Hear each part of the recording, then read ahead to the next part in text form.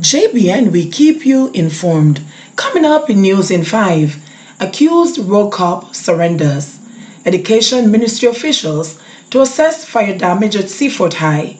3 die in St. Mary after motorbike crashes into wall. St. Thomas man shot dead and his 7-year-old daughter seriously injured. Businesswoman among 2 shot dead in Clarendon. And opposition calls for audit into sale of rooms on the beach property. Please remember to like, subscribe, share, leave us a comment and click the notification bell to receive our daily news items. Accused road cop surrenders. The policeman who was involved in the shooting incident last Saturday, which left 3 persons dead in Spanish Town, St. Catherine, has surrendered to the police. The policeman, Corporal Kirk Fraser, turned himself in about 4 p.m. yesterday according to his attorney-at-law, Valerie Robertson. The corporal was fingered in the incident, which started with a shooting at a dance in Shedwin Park in the parish and led to a high-speed chase, a crash, and more shooting. 3 people, including Sheldon Jr. Biggs Daly, Kevin Burrell, and Corporal Ron Williams, were killed. Education Ministry officials to assess fire damage at Seaforth High School.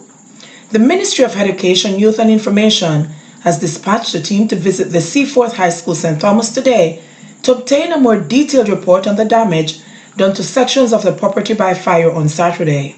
According to the ministry, the early morning fire destroyed the Visual Arts Department and other sections, including the Technical Drawing, Cosmetology, and Building Technology departments, suffered water and smoke damage. It was also reported that the school-based assessments, SBA, of some 28 students doing Caribbean Secondary Examination Certificate were also destroyed. The ministry said steps will be taken to support the school in providing alternative arrangements to accommodate the visual arts students.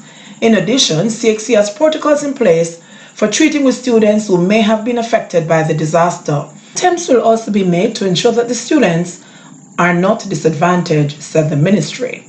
3 die in St. Mary after motorbike crashes into wall.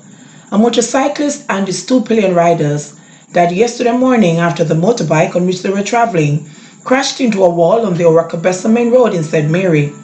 According to the police, 36-year-old Rodolphe Henry was transporting 22-year-old Nekoda Bryan and her 16-year-old sister Simone Bryan when he allegedly lost control of the vehicle and crashed into a concrete wall. The 3, who reside in Hamilton Mountain in the parish, received multiple injuries and were taken to the hospital where they were pronounced dead. The crash occurred about 3 a.m. The police are reminding motorists to obey the road code and drive safely. Motorcyclists are also being reminded to wear the appropriate gear, including helmets. St. Thomas man shot dead and his 7-year-old daughter seriously injured.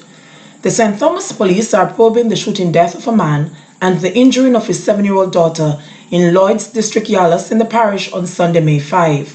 The dead man has been identified as Jermaine Kelly, a 35-year-old operator of Lloyd's District. Reports from the Yallahs police are that about 3:40 a.m., Kelly was alerted by a fire at his doorway.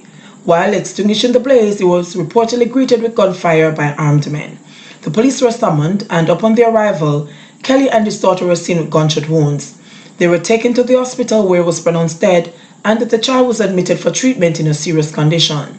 The police are asking anyone with information that can assist in their investigations to contact the Yallahs police at 876-982-5075. That's 876-982-5075, the police 119 emergency number or the nearest police station. Businesswoman among 2 shot dead in Clarendon. Police investigators in Clarendon are probing the shooting deaths of a female shop operator and a man in Sandy Bay in the parish on Saturday. The deceased have been identified as 46-year-old Denise Robertson and a 26-year-old Brian Thompson, both of Sandy Bay. Police reports are that about 4:30 p.m., Thompson was in a yard when 3 armed men approached him and opened fire, hitting him. The gunmen then left that scene and went to a shop in the community that was operated by Robertson. There, the men shot her multiple times before making their escape. The police were summoned and both injured persons were taken to the hospital where they were pronounced dead. Opposition calls for audit into sale of rooms on the beach property. The parliamentary opposition is calling for an independent audit into the sale by the government of the rooms on the beach property in St. Anne. Opposition leader Dr. Peter Phillips said an independent auditor comprising National Integrity Action and representatives of the international financial partners should be selected to conduct the audit. Dr. Phillips said the revelation that the rooms on the beach property was sold below market value is the latest of a worrying trend of breakdown in good governance by the Andrew Holness-led administration involving cabinet ministers.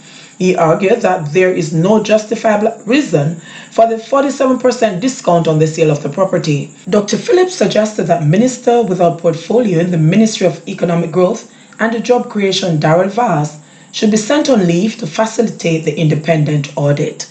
JBN, we keep you informed. Please remember to tell somebody about us today. Like, subscribe, share, leave us a comment, and click the notification bell to receive our daily news items.